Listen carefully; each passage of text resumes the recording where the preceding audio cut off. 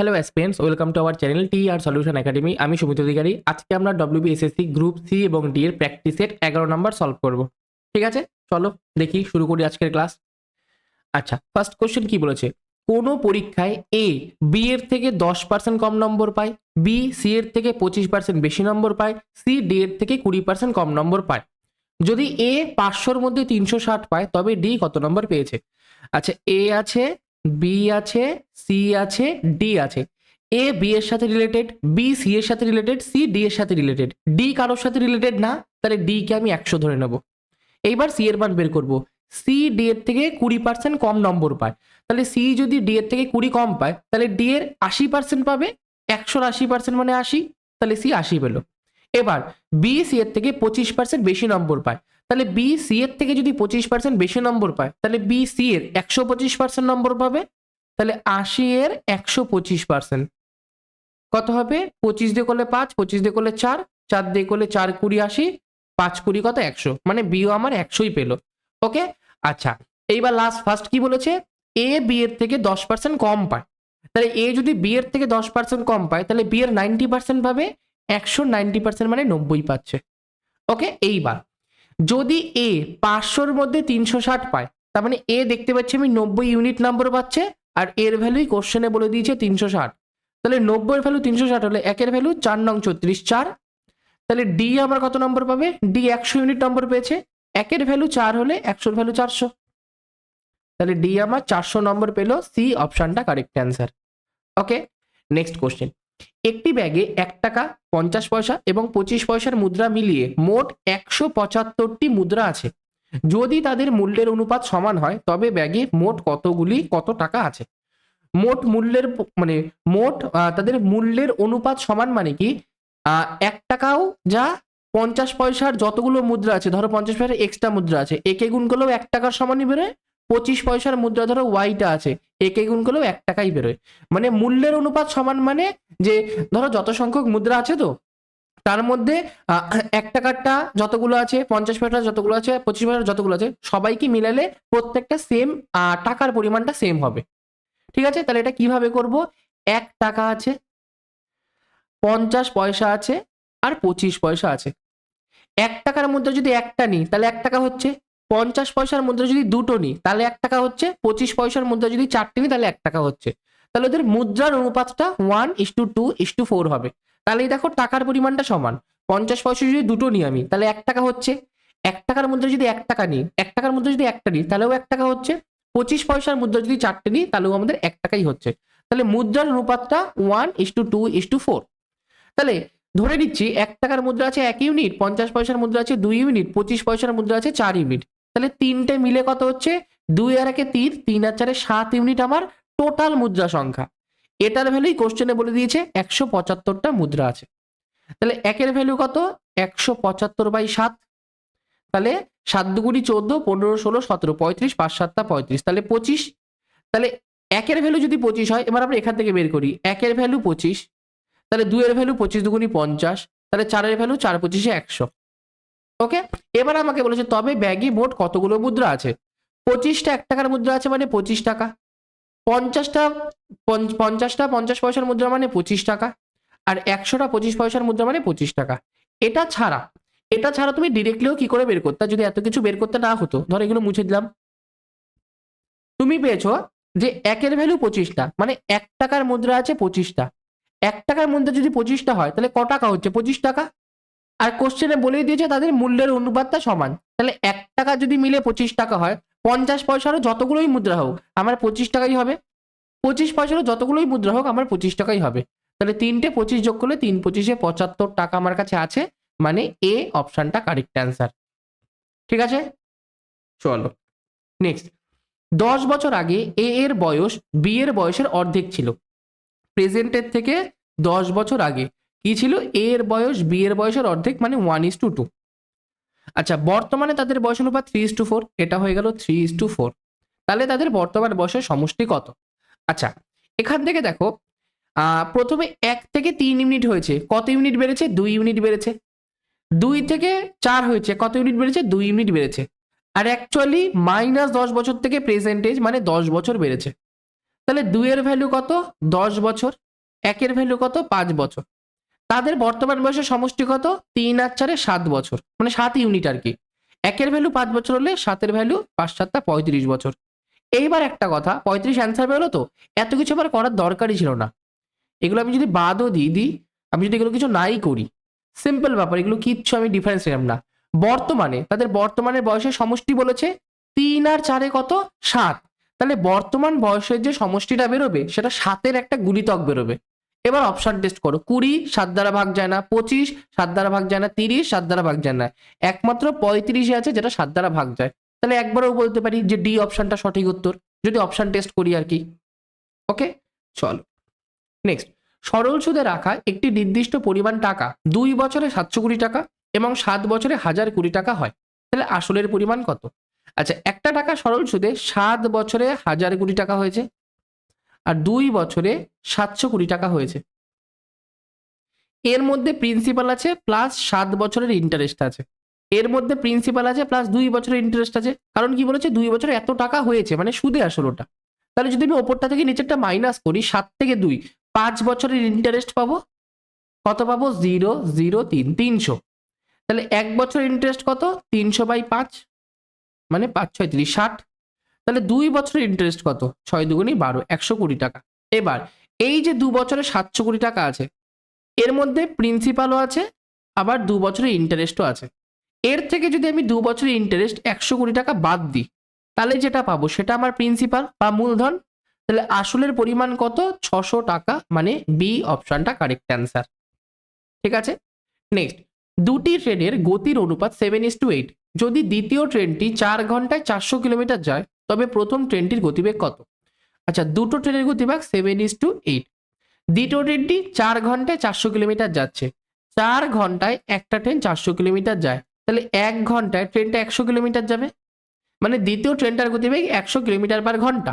আর এখান থেকে দেখতে পাচ্ছ দ্বিতীয় ট্রেনের গতিবেগ 8 ইউনিট, তাহলে 8 ইউনিটের ভ্যালু 100। তাহলে একের ভ্যালু কত 100/8। এটা করলে কত হয় 8 1 8 9 10 20 8 2 16 40 5 আর 40। তাহলে একের ভ্যালু এত হলে প্রথম ট্রেনটির গতিবেগ কত 7 ইউনিট, তাহলে 7-এর ভ্যালু কত 12.5 ইন্টু 7। আচ্ছা, এখানে দেখো এটা আমার দশমিকের ভ্যালু আছে, কোনো দশমিকের পরে 5 আছে, আমি একটা অড নাম্বারের সাথে গুণ করছি, তাহলে দশমিকটা তো আমার চলে যাবে না, দশমিকটা তো থাকবেই। তাহলে একবারেও কিন্তু বলতে পারি যে ডি নাম্বার অপশনটা সঠিক উত্তর। কেন? কারণ প্রথম 3টে অপশন আমার কি পূর্ণ সংখ্যা, মানে পূর্ণ সংখ্যা মানে পয়েন্ট নেই আর কি, ফ্র্যাকশন নেই, ভগ্নাংশ নেই আর কি। ঠিক আছে, পূর্ণ সংখ্যা, তাহলে সেই 3টে হবে না, একবারে আমরা উত্তর করতে পারি। তাছাড়াও যদি গুণ করি 5 7 35, পয়েন্ট দিলাম 3, 7 বরং 84 আর 3 87, তাহলে 87.5 কিলোমিটার পার ঘন্টা হয়ে যাবে প্রথম ট্রেনটার গতিবেগ। ওকে, নেক্সট। একজন ছাত্র একটি সংখ্যাকে 5/3 দিয়ে গুণ করার বদলে 15 দিয়ে 5/3 দিয়ে গুণ করার বদলে ভুল করে 3/5 দিয়ে গুণ করলো, গণনায় ভুলের শতাংশ বা পার্সেন্টেজ এরর বা এরর পার্সেন্টেজ কত হবে বের করতে বলেছে। আচ্ছা, এটা তোমরা এক্স ধরেও করতে পারো, আমি এক্স না ধরে একটু অন্যরকম ভাবে বলছি। 5/3 দিয়ে গুণ করার কথা ছিল, সে কি করেছে 3/5 দিয়ে গুণ করে ফেলেছে। ওকে, তাহলে এখানে 3 আছে, এখানে 5 আছে, নিচের গুলো দিচ্ছি, একটায় 3 আছে একটায় 5 আছে, 3 আর 5-এর লসাগু কত 15। আমি ধরে নেব যে সংখ্যাটা ছিল তার কাছে 15, আসল যে সংখ্যা যাকে দিয়ে গুণ করতে বলুক ভাগ করতে বলুক সংখ্যাটা 15। তাহলে একে 5/3 দিয়ে গুণ করার কথা ছিল, 5/3 দিয়ে করলে কত হবে 3 দিয়ে করলে 5, 5 5 25, কিন্তু সে কি করেছে এটাকে ভুল করে 3/5 দিয়ে গুণ করেছে, মানে 5 দিয়ে করলে 3, 3 তিরিকে 9। ঠিক আছে, তাহলে কত ত্রুটি হয়েছে 25 থেকে 9 হয়েছে, তাহলে 25 থেকে 9 মাইনাস করি, কত 9 6 16, 16 ত্রুটি হয়েছে, কতর মধ্যে অরিজিনাল হচ্ছে 25-এর মধ্যে, তাহলে শতকরা কত ভুল ত্রুটি বাই অরিজিনাল ইন্টু 100%। 25 দিয়ে করলে 4, 4 16 কত 64, তাহলে 64% আমার ত্রুটি হয়েছে, মানে ডি অপশনটা কারেক্ট অ্যান্সার। ঠিক আছে, নেক্সট। 11টি ফলাফলের গড় 50, যদি প্রথম 6টির গড় 49, শেষ 6টির গড় 52 হয়, তবে ষষ্ঠ ফলাফলটি কত? 11টা সংখ্যা আছে, 1টা 2টো 3টে 4টে 5টা 6টা 7টা 8টা 9টা 10টা 11টা, টোটাল 11টার গড় কত আমাদের 50 বলে দিয়েছে, 11টার গড় 50। প্রথম 6টা মানে এখান থেকে শুরু করে আমার এই অবধি এদের গড় 49, আর শেষ ছটা এখান থেকে শুরু করে আমার এতগুলো, 1 2 3 4 5 6টা, এদের গড় 52। এইবার দেখো 11টার গড় কত? 50। 11টা ফলাফলের গড় 50, তাহলে 11টা ফলাফলের সমষ্টি কত? 11 গুণ 50, 5500, সরি 5500 বুঝে গেল, 550, 5 এগুণ 55 0, 550। প্রথম ছটার গড় বলে দিচ্ছে 49, তাহলে প্রথম ছটার সমষ্টি কত? 6 × 49, 6 নং 54, 5 4 6 24 আর 5 29। লাস্ট ছটার গড় কত? 52, তাহলে লাস্ট ছটার সমষ্টি কত? 6 × 52, 6 দুগুণি 12, 1 5 6 30 31। তাহলে প্রথম ছটা আর লাস্ট ছটা সমষ্টি কত? 4 আর 2 6, 9 আর 1 10, 3 আর 3 6, 606। এইবার প্রথম ছটা লাস্ট ছটার মধ্যে এই যে মাঝের যে নাম্বারটা মানে ষষ্ঠ সংখ্যা, সেটা দুবার যোগ হয়ে গেছে, মানে 11টা সংখ্যা তো আছেই, তার সাথে এক্সট্রা আবার ষষ্ঠ সংখ্যা যোগ করেছি। ষষ্ঠ সংখ্যা দুবার মানে কি? একবার 11টার মধ্যে একবার পড়ছে, আরেকবার এক্সট্রা আছে। তার মানে এই যে যোগফলটা বেরোলো 606, এর মধ্যে 11টা সমষ্টি আছে প্লাস ষষ্ঠ ফলাফলটা সমষ্টি আছে। তাহলে এই 606 থেকে যদি 11টা সমষ্টি 550 আমরা মাইনাস করি, তাহলে 6 আর 5 56, এটা হচ্ছে ষষ্ঠ সংখ্যা। তাহলে কারেক্ট অ্যান্সার কোনটা? ডি অপশনটা সঠিক উত্তর। ঠিক আছে, আচ্ছা এটা একটুখানি আমি ছোট করে একটা মানে কনসেপ্ট বলছি। 11টার গড় আবার 50, এটা হচ্ছে রিপিটেশনের কনসেপ্ট। ঠিক আছে, যখন কোনো একটা নাম্বার রিপিট হয়, এখানে ষষ্ঠ সংখ্যাটা রিপিট হচ্ছে দুবারই, যখন রিপিটেশন হয় তখন দেখবে 11টি ফলাফলের গড় 50, প্রথম 6টি ফলাফলের গড় কত? 49, পরের 6টি ফলাফলের গড় কত? 52। আচ্ছা 50 থেকে 49 হয়েছে, কত কমেছে গড়? 1 কমেছে। 6 জনের গড়ে 1 কমেছে, তাহলে সমষ্টিতে 6 কমবে, এর জন্য -6। 50 থেকে এখানে 52 হয়েছে, মানে গড়ে 2 বেড়েছে, তাহলে 6 জনের সমষ্টিতে 6 দুগুণি 12 বাড়বে। এবার এই দুটোকে যোগ করব, মানে 12 - 6, তাহলে কত বেরোলো? 6 হয়, মানে কি? পজিটিভ 6। যাই তোমাদের বেরোবে, নেগেটিভ বেরোক চাই পজিটিভ বেরোক, যেটা বেরোবে সেটাই অল ওভার গড়ের সাথে তোমরা করে দেবা। মানে এখানে 50 আছে, এখানে +6 বেরিয়েছে, তাহলে অ্যান্সার কত? 56, ষষ্ঠ সংখ্যা, মানে ডি অপশনটা সঠিক উত্তর। বাই চান্স ধরো তোমাদের এই যে এই জায়গাটায় ধরো -2 বেরিয়েছে, সাপোজ আমি বলছি, তাহলে ষষ্ঠ সংখ্যা কত হবে? 50 - 2 মানে কত? 48। যেটা তোমাদের এখানটা বেরোবে গড়ের সাথে, সেটা জাস্ট এটা যোগ করে দেবা। ক্লিয়ার? বুঝতে পারলাম? চলো নেক্সট। দুধ ও জলের 40 লিটার মিশ্রণে 10% জল আছে, ওই মিশ্রণে আরো কত লিটার জল মেশালে জলের পরিমাণ 20% হবে? আচ্ছা, দুধ আর জল, মিল্কের সাথে ওয়াটারের রেশিওতে আবার কি 40 লিটারের মিশ্রণ আছে, তার মধ্যে 10% জল আছে, মানে 40-এর 10% 4 লিটার জল আছে, তাহলে দুধ আছে আমার 36 লিটার। এবার ওই মিশ্রণে আরো কত লিটার জল মেশালে জলের পরিমাণ 20% হবে? আচ্ছা, কোনো একটা মিশ্রণে আমি জল মেশাচ্ছি, যাই হোক না হোক, জলের পরিমাণ যদি 20% হয়, তাহলে দুধের পরিমাণ কত? 80% হবে, কারণ 100% আমার মিশ্রণটা আছে, একটা মিশ্রণে 100% আছে, তার মধ্যে যদি 80% আমার দুধ থাকে, তাহলে 20% জল হবে। তাহলে ঘুরিয়ে আমি এটা বলতে পারি যে দুধ জলের 4 গুণ হবে। 80% যদি আমার দুধ থাকে, জল যদি 20% থাকে, তাহলে 20% 4 গুণ হচ্ছে 80, তাহলে বলতে পারি দুধ আছে জলের 4 গুণ।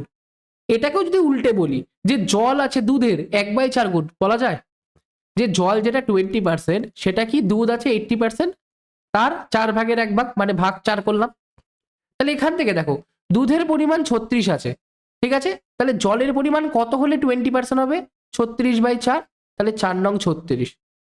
ঠিক আছে, যদি আমার দুধের পরিমাণ 36 থাকে আর তার 4 ভাগের 1 ভাগ 9 ইউনিট আমার কি থাকে? জল থাকে, তাহলে এই অনুপাতটা হয়ে যাচ্ছে 4:1, মানে দুধের পরিমাণ 20%, সরি জলের পরিমাণ 20%, তাই তো? তাহলে জল আমাকে 9 লিটার করতে হবে, আমার কাছে জল আছে 4 লিটার, তাহলে কত যোগ করব? 5 লিটার যোগ করব, তাহলে সঠিক উত্তর 1 নাম্বার অপশনটা কারেক্ট অ্যান্সার। ঠিক আছে, নেক্সট।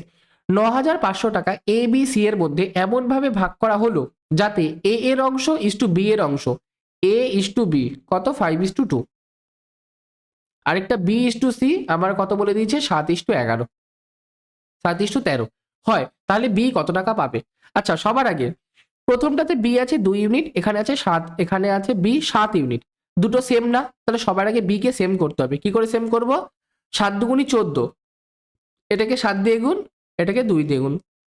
প্রথমটা হবে 5 7 35 ইস্টু 5 7 35 ইস্টু 7 দুগুণি 14, আর নিচেরটায় 7 দুগুণি 14 ইস্টু 13 দুগুণি 26। তাহলে এ ইস্টু বি ইস্টু সি কত বেরোবে? 35 14:26। আচ্ছা, তাহলে এ পাবে 35 ইউনিট টাকা, বি পাবে 14 ইউনিট টাকা, সি পাবে আমার 26 ইউনিট টাকা। তিনজনে মিলে কত পাবে? 35, 14, 26। 6 আর 4 10, 5 15, 5 হাতে থাকে 1, 3, 4, 5, 6, 1 7, 75 ইউনিট। তাহলে তিনজনে মিলে 75 ইউনিট টাকা পাবে। এই 75 ইউনিটের ভ্যালু কোশ্চেনে বলে দিয়েছে 9500। তাহলে একের ভ্যালু কত? 9500 বাই 75। তাহলে 14 ভ্যালু কত? যেহেতু বি হচ্ছে 14 ইউনিট, এই যে, তো ওর ভ্যালু 9500 বাই 75 ইন্টু আমার কত হয়ে গেল? 14। 25 দিয়ে কাটবো, ফার্স্টে 5 দিয়ে করি, 5 25, 5 দিয়ে 5 15 75, 5 দিয়ে করি, 5 একে 5, 6 7 8 9 45, 5 নং 45 0 0, 5 দিয়ে করলে 3, 5 দিয়ে করলে আমার 3 5 15 16 17 18 19 40, 5 8 40, 5 0 0, 380 ইন্টু 14/3। এটা তো যাচ্ছে না পুরোপুরি। 5:2 অনুপাতে ওটা 9500ই ছিল, তাই তো? 5:2 7:13।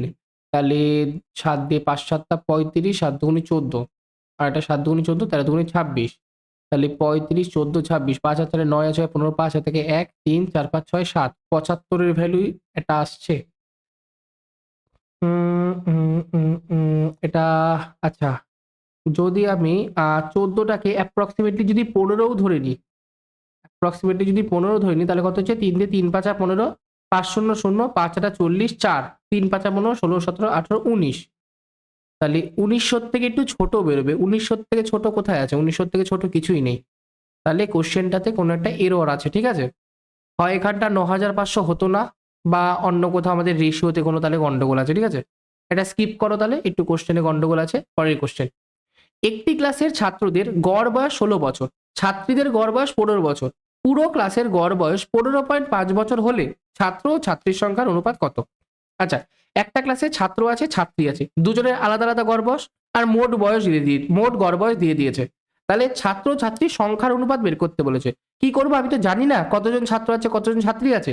যখন এরকম অজানা কোনো ডেটা দিয়ে দেয় তখন আমরা অ্যালিগেশন পদ্ধতি ইউজ করি, যে একবার ধরে নেবো টোটাল ক্লাসে ছাত্র আছে, তাহলে গড় কত? 16 হতো। আরেকবার ধরে নেবো টোটাল ক্লাসে শুধু ছাত্রী আছে, তাহলে গড় কত? 15 হতো। কিন্তু আমাদের পুরো ক্লাসের গড় কত? 15.5। তাহলে এটা ছাত্র মানে বয়, এটা ছাত্রী মানে গার্লস। তাহলে কি হবে? 15.5 থেকে 15 বাদ দিলে 0.5, আর 16 থেকে 15.5 দিলে 0.5। দুটো সেম নাম্বার, তাহলে কেটে কেটে 1:1 হয়ে যায়। মানে 1:1 অনুপাতে ছাত্র ছাত্রীর সংখ্যা আছে। সি অপশনটা কারেক্ট অ্যান্সার। ঠিক আছে, তো আজকের জন্য এইটুকুনি। ক্লাসটা ভালো লাগলে অবশ্যই ক্লাসটাকে একবার লাইক করে দেবে। চ্যানেলে যদি প্রথমবার হয়ে থাকো অবশ্যই চ্যানেলটাকে সাবস্ক্রাইব করে দিয়ে নোটিফিকেশনটা অলে ক্লিক করে দেবে, ঠিক আছে? আর ক্লাসটাকে অবশ্যই বন্ধু বান্ধবের সাথে একটু শেয়ার করো। ওকে, চলো আজকের জন্য এইটুকুনি। বাই। কোনো ক্লাসে যদি ডাউট হয় আমাকে অবশ্যই কোশ্চেন নাম্বারটা মেনশন করে কমেন্টে জানিয়ে দেবে, ঠিক আছে? চলো বাই।